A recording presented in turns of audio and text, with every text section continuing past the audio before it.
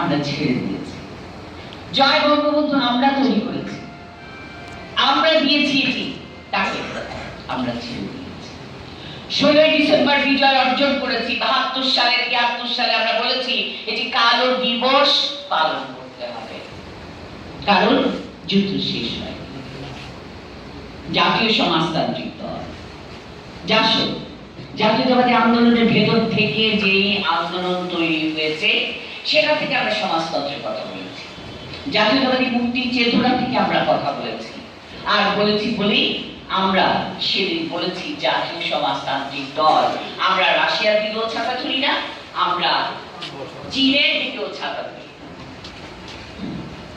আমরা মাটি থেকে উত্থিত যে জাতীয়তাবাদী মুক্তি সংগ্রাম, সেই সংগ্রাম থেকে জাতীয়তাবাদী আন্দোলন থেকে জাসদ জাতীয় সমাজতান্ত্রিক দল তৈরি করেছি। আমাদের মধ্যে দ্বিধা থাকবার কোনো কারণ নেই। হঠাৎ করে দেখলাম আমাদের মধ্যে কেউ কোনো চিৎকার করে বলছে জাতীয় সমাজতন্ত্র আবার কি কথা, সমাজতন্ত্র আবার জাতীয় হয় নাকি? আমার মূর্খ বলবো না, বলবো শয়তান, বুদ্ধিমান শয়তান। সারা জীবন এটা বলেছে, এখন বলছে এটা, তারপর কি বলছে? সমাজতন্ত্র হবে না, আধুনিক গণতান্ত্রিক রাষ্ট্র করতে হবে।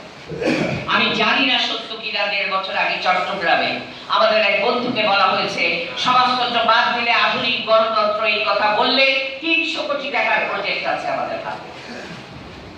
আমি জানি না এটা সত্য কিনা, তবে যারা বলার চেষ্টা করেছে তাদের বলার ধরন দেখে বলা হয়েছে কোনো একটা কিন্তু আছে, না বুঝে শুনে বলছে।